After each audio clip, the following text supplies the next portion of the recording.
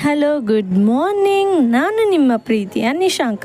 ಇವತ್ತು ಅಮ್ಮ ಊರಲ್ಲಿ ಸ್ವಲ್ಪ ಕೆಲಸ ಆಯಿತು ಅಂತ ಅಮ್ಮ ಊರಿಗೆ ಹೊರಟ್ರು.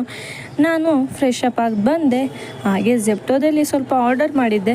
ಅದನ್ನು ಆರ್ಡರ್ ರಿಸೀವ್ ಮಾಡಿಕೊಂಡು ಆಫ್ಟರ್ ಎ ಲಾಂಗ್ ಟೈಮ್ ನಾನು ಅಡುಗೆ ಮನೆಗೆ ಬಂದಿದ್ದು.